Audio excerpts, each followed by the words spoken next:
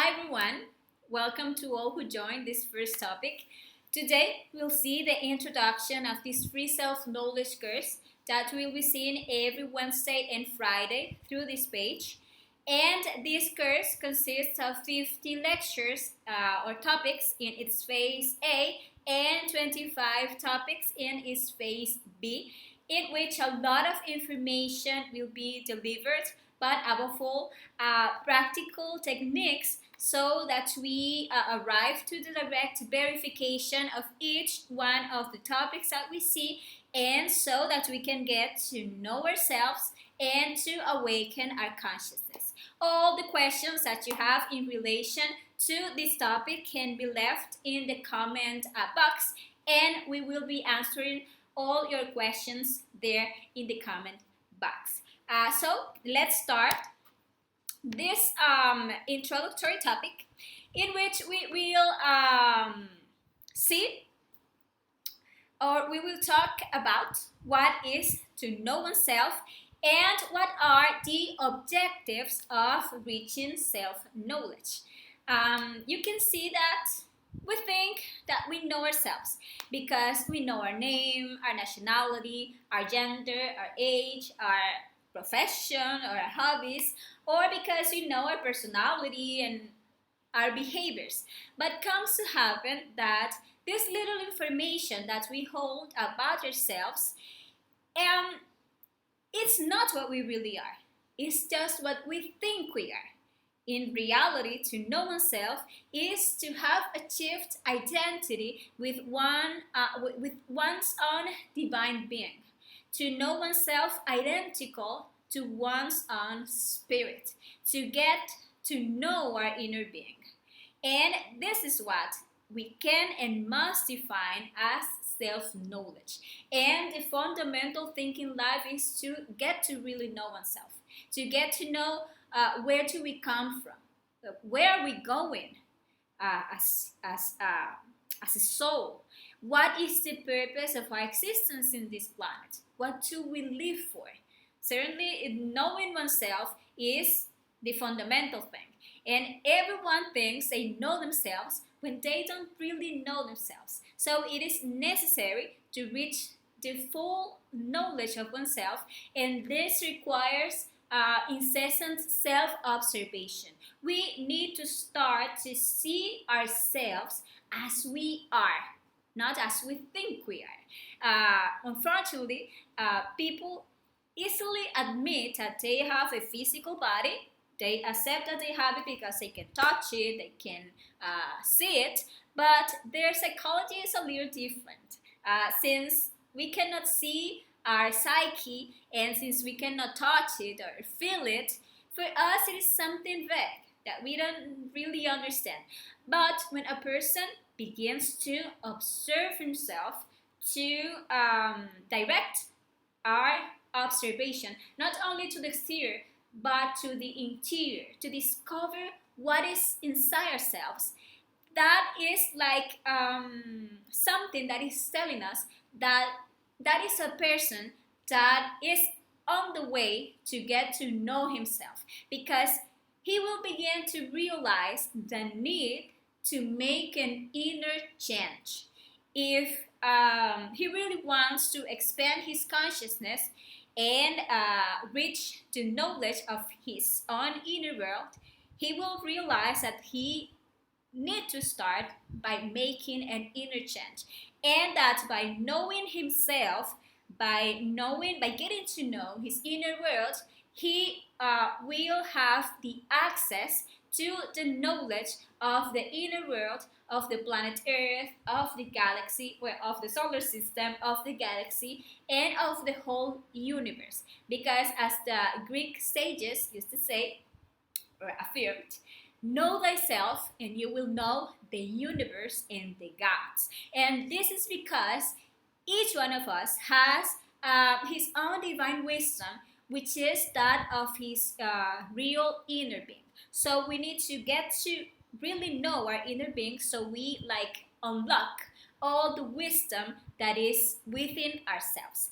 Now we know that God is everywhere, right? But do we know our own part of divinity? So that is the reason why we must start to make time to get to know ourselves. And we never have time to know our inner world. We don't even give it enough importance. However, it is necessary that we begin to understand the importance of taking time and space to get to know ourselves by doing this work consciously. Although we could believe that we are only this physical body because it's the only part of us that we can experience with our five physical senses. Actually, we are made up of three parts of matter, of energy, and light. The first part is the matter, which is our physical body, or a human machine, and that yes, we have it, but it is not just who we are. And because we are made up of a second part, which is the energy, which is where 97% of our essence is, and but that is currently trapped within all our different way of being. Inside all of our flaws, of our defects, or our psychological aggregates that make up our ego. It is the psychic energy which originates all of our movements, and which we don't know, even though we live much longer in our inner world, because there our emotions, our thoughts, our desires are processed, and we live longer there in our inner world than in the other world. Then we actually don't really know our inner world. And this part, the mind or soul, is what we can call the multiple psyche. And the third part that that like forms is light, and it is our spirit or consciousness.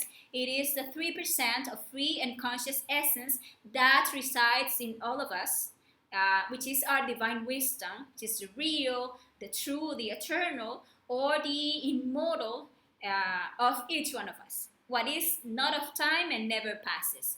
Our spirit is an endless source of wisdom, of love, and justice.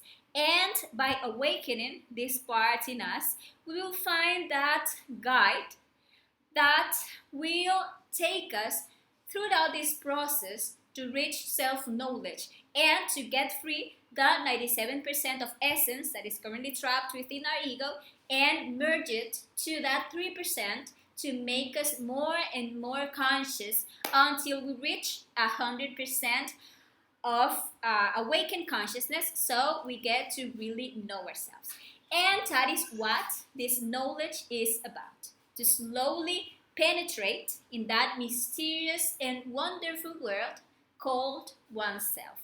And to do so, we must study the 4 pillars of wisdom, which are science, psychology, art, and mysticism, focused on inner knowledge, which are the ones on which all the lessons that we will receive throughout this course are based. So let's start by looking at the pillar of science, which is the first one. You know that experimentation is like the basis of official science, and likewise, experimentation is the basis of conscious science. And the conscious science teaches us the different procedures to be able to know our inner world and to get to experience it directly. And we must note that the word knowledge comes from knowing, not from believing. And we can see that only through practice we can experience directly the reality of our inner world and the reality of the different dimensions of nature, and getting out from believing and going to really know. And in this course, we will teach different practices And among them, we find practices of concentration and relaxation, practices for astral unfolding or projection, practices of meditation, both transcendental meditation and reflective meditation, practices of retrospection, practices for karma negotiation and cancellation, etc. And we know that practice makes perfect, and only through practice we can see results in our inner work, and that is why we must practice and practice until we succeed. Well, and the second pillar in which self-knowledge is based is art. And art teaches us to create. And the main creation that we can make is that of oneself, to create ourselves. And we must know that it is in the sexual center where the great possibilities of the human being are latent. Actually, the good use that we make of our sexual center is what regenerates us.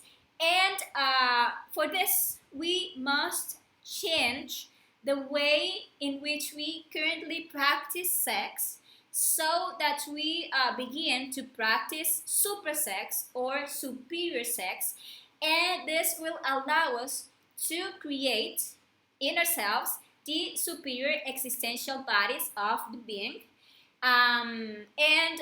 This means that through the wise use of our creative sexual energy, we will be able to first regenerate our physical and our vital bodies that we already have them fully created, but we have them degenerated or in a lunar state. And after regenerating these bodies, we will start to create our astral first, then our mental bodies, of which we currently have an embryo of these bodies that allow us to feel and think and to make brief conscious unfoldings to the fifth dimensions. But once we fully create them, we will have like permanent representation in the fifth dimension of nature. And finally, with the wise use of our sexual energy, we are going to create our causal body or the body of the solar wheel, and that way we are going to convert us into true men and be able to join the Buddhic and the Atmic bodies that are fully developed and in a solar state, actually, but that in order to join these bodies, which corresponds to our part of spirit or divine soul, we must first possess an individual human soul. So the union of the human and the divine can be done, and we will do so by creating the first 5 bodies. That way we are going to possess an individual human soul, and we are going to do this through the wise use that we begin to make of our available creative sexual energy. The creation of these bodies will allow us to have representation in the different dimensions of nature. We are going to study about these bodies in detail in later topics. And the creation of these bodies is achieved through the practice of the supersex, which is a sexual union of men and women, that is the insertion of the male phallus in the female yoni, but without the loss of the sexual creative energy. That is, without ever reaching orgasm and ejaculation, but making this energy, sexual energy, ascend vertebra by vertebra through the spine all the way to the brain. And with this practice, which is known as supersex or sexual transmutation, this can be done. The regeneration of ourselves and the creation of the other bodies. And actually, this practice is very simple. With this practice, we will begin to make wise use of that powerful sexual energy that we all have. And the objective of the sexual practice will be always to raise all our sexual energy through a breathing, imagination, and mentalization process through our spine to our brain. As I was saying, instead of expelling this energy, as we commonly do through orgasm and ejaculation. And we will do this practice of creation through sex with a stable partner of the opposite sex, since as just as the union man-woman is needed to create a physical child, likewise to create the children of light that are these internal bodies, the participation of these two forces, male and female, will be needed. And it is recommended that before doing this practice, we energetically clean our room with the belly song, and that after that we make a protection magic circle so that negative energies do not enter that place, and where we are going to do that sacred sex practice. In later videos, we will be talking how to correctly do these protection conjurations. And then, after cleaning the environment, we make a simple request for assistance to our inner father and our divine mother for there to guide us, to assist us in the practice. And then we simply proceed to light the sexual fire with caresses and kisses until the female yoni, which is the vagina, is perfectly lubricated for penetration, and the male lingam is erected. Then the couple proceeds to the connection or penetration of the lingam in the yoni, and once connected, both sexually connected, they start the transmutation process of their sexual energy by a simple respiratory process that has 3 stages.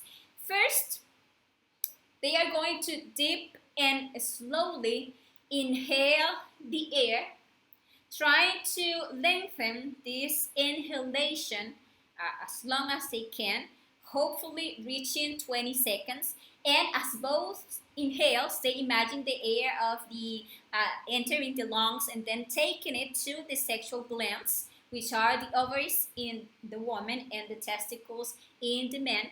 And when they reach that point, they retain the air, hold the air, and hopefully reaching 20 seconds also in the retention of the air, but not like making a pressure. Just you are going to develop the ability to lengthen the breathing process. Once you are there, when you inhale the air, once you bring the air to the sexual glands, you hold the air, and while holding the air, you imagine and you feel how that sexual energy converted into a golden thread, yeah, ascend or goes all the way first to the coccyx, which is the point, the lower point of the spine, and then is ascending all the way through the spine, vertebra by vertebra, up to the point here between the eyebrows. And once you take your energy with the imagination and holding the air to this point, you are going to exhale the air, both of them, and you are going to exhale the air by mentalizing the sound E, like E. It is the vowel I, but with the sound E, like E. You're going to be exhaling the air by mentalizing this powerful sound.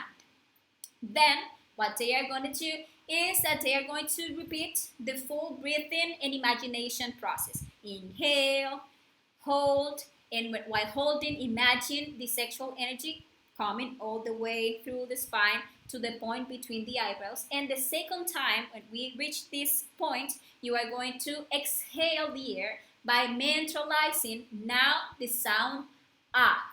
It is the vowel A, but with the sound ah. Like ah. You try to lengthen it, maybe 20 seconds. And then you repeat the procedure again, And the third time that you reach this point, you are going to mentalize with the sound O. O. And this is one full transmutation process with the three vowels. I, A, O. But you know the sound E, A, O. So you then start again with the breathing process and the E, A, O, vowel by vowel, repeating the entire breathing procedure for each vowel.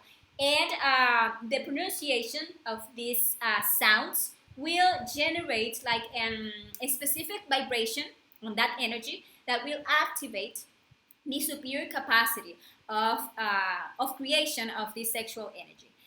And if while doing this sexual transmutation process, while sexually connected with your partner, the sexual potency like drops a little, you know, like man loses a little of erection or woman loses some lubrication, they stop and make gentle movements, kisses and caresses to regain sexual potency and then continue transmuting the sexual energy with this procedure that you can see. When you practice it, you are going to see that it's very, very simple. And this practice can be extended for as long as the couple wants it, for as long as they have sexual potency, and as soon as the potency is completely finished, because all the energy has already been transmuted without ever expelling not even a single drop of the energy, but you feel how all the potency is completely finished because the penis loses erection, and you are going to experience how this is like done, and there the practice ends. Actually, it can be extended for as long as the couple wants it, or as long as they have sexual potency. Something that is important to consider is not to bath until 2 hours after doing the practice, because even if we don't see the first powerful electromagnetic energy moves in us, and if we bath immediately, it will affect us. And another important thing to keep in mind is not to do the practice during the menstrual period, or if the woman is pregnant or is lactating. And it is also important not to use contraceptives, since they isolate and affect the creative power of sexual energy. And we must bear in mind that this practice itself is a natural control of fertility, because the success of the practice is always to withdraw from the practice without reaching orgasm and ejaculation, which is without spilling our sexual energy. And actually, we'll be talking and deepening on this subject of the art of suprasexuality in different videos and in posts.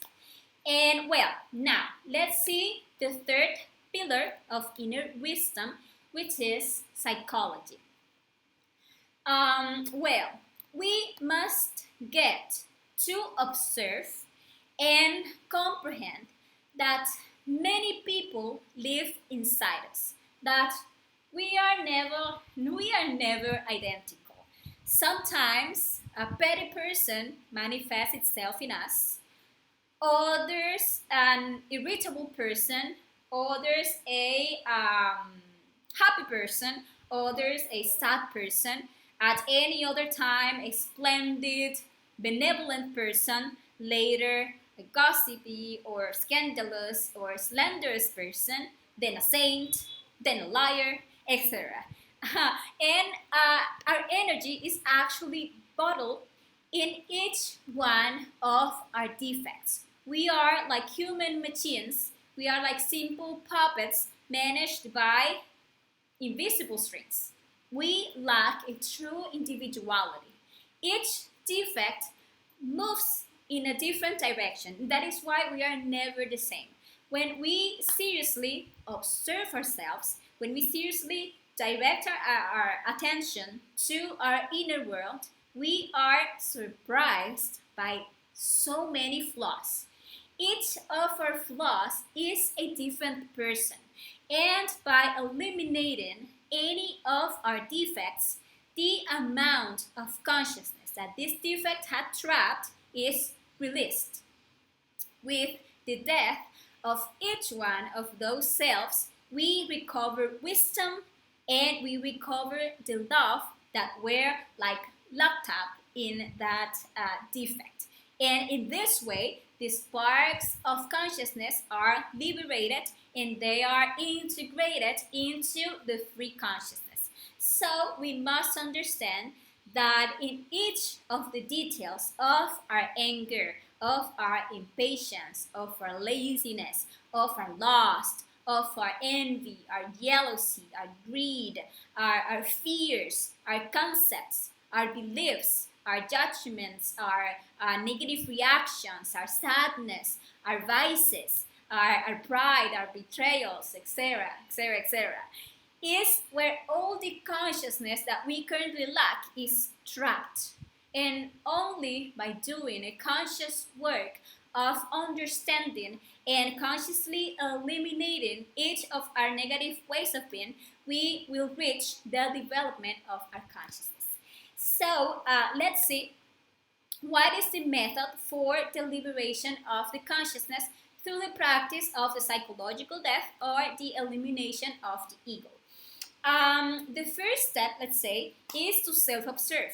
To self-observe ourselves at every single moment. We must be in that self-awareness state, directing our attention to what is happening in our interior. That to be able to discover all those flaws or defects that are manifested in us from moment to moment. And once we discover a defect that is moving, let's say, our emotion, be it anger, or be it fear, or be it anxiety, or be it lust, etc., or that is moving our thoughts, making us imagine, making us remember, making us plan, or that is moving our motor functions, making us feel the desire to act or to talk in a wrong way. We proceed to prosecute it, so we understand it is a defect that is actually a manifestation from our ego, not from our consciousness, because it is coming to waste our energy, to harm others, or to harm ourselves.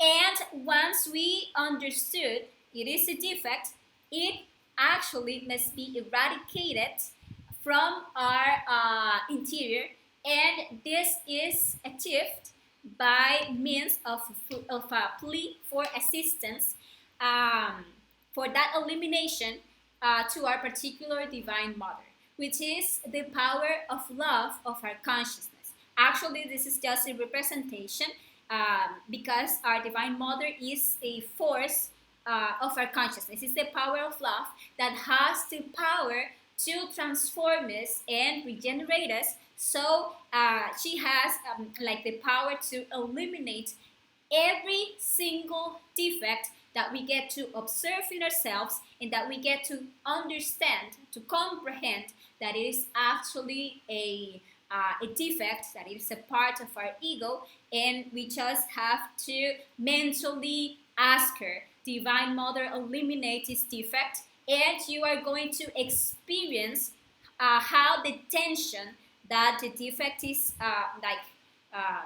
making you in the different centers of your machine, where you discover this. If you discover that in your emotion and you ask her, Divine Mother, eliminate this fear, eliminate this anxiety, eliminate this whatever you discover, and you are going to experience how, when asking her that power of your consciousness to eliminate that way of being, that really disappears. And the consciousness, or the energy and the light that flaw or psychological defect had trapped, then is going to be released, and you are going to feel way better. And with this simple procedure that you can see is very simple, we can change our way of being, eliminating detail by detail each of the psychological defects that have 97% of our consciousness trapped, getting to release and integrate our consciousness. And this process is called Death in March. And in this course, we will be deepening in this topic of the elimination of our ego. And we will be teaching available techniques for deepening in the psychological death and in the liberation of our consciousness, such as the reflective meditation and the death on the cross of sex.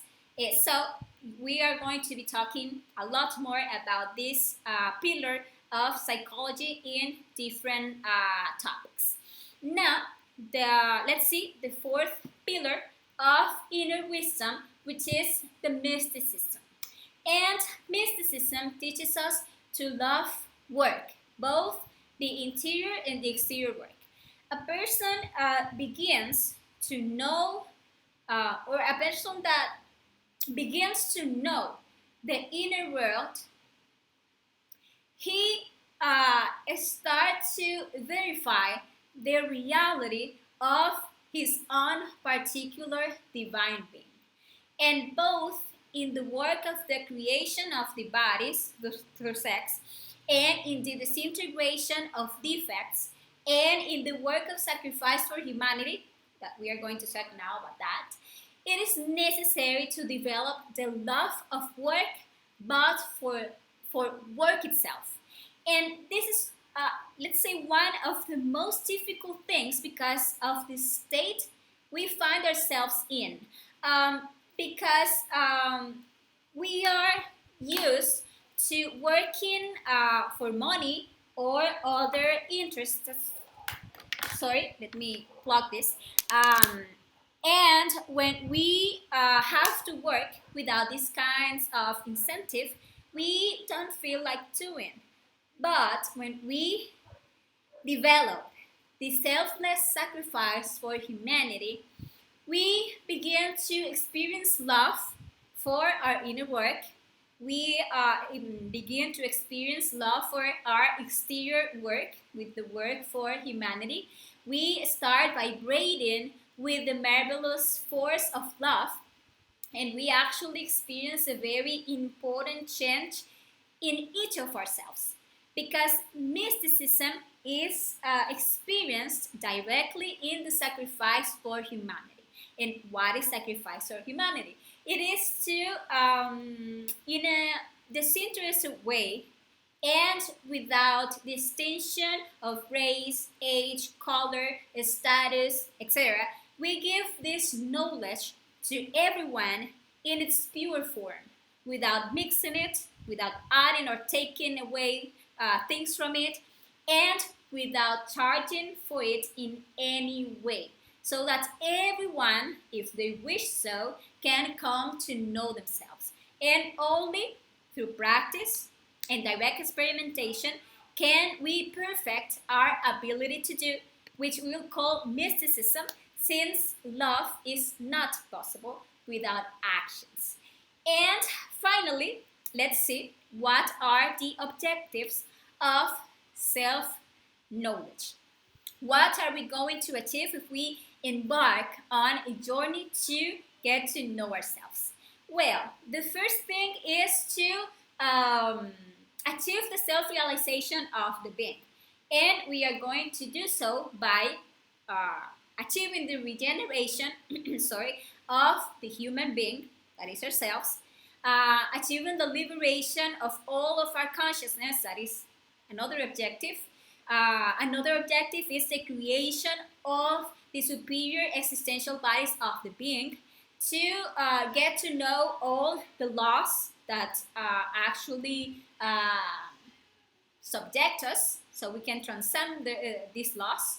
Here we will be talking about different laws, like karma and dharma, involution, evolution and involution, law of octaves and entropies, among many others. Another objective is to get to know all the higher dimensions of nature, to also awaken all those dormant faculties that are latent within each one of us, but are now dormant. And also, another objective is to achieve the state of man and then the superman, and to immortalize our soul, to resurrect ourselves, and to achieve the sacred individuality, which is to achieve the self-realization of the being. Well, in this course, 75 practical topics will be taught based on these four pillars, all of which are free to enter and completely free of charge for all of those who are interested in working on themselves. And they will be published on video every Wednesday and Friday on this page, and at the same time, and they will also be published in writing post in the page during the week to facilitate the study and the understanding of each topic. And well, in the next topic, that is next Wednesday, we will talk about the mysteries of death, the processes that the person experiences when their physical body dies, and the different types of death that exist. And we will talk about which of these types of death is the one that liberates us. And well, actually, this was today's topic. Thank you very much to all of you who joined the video. And if you have any question or any comments, you can leave them there in the comments box, and we will be answering all of them there in the chat. So thank you very much again, and see you in the next topic. Ciao, ciao.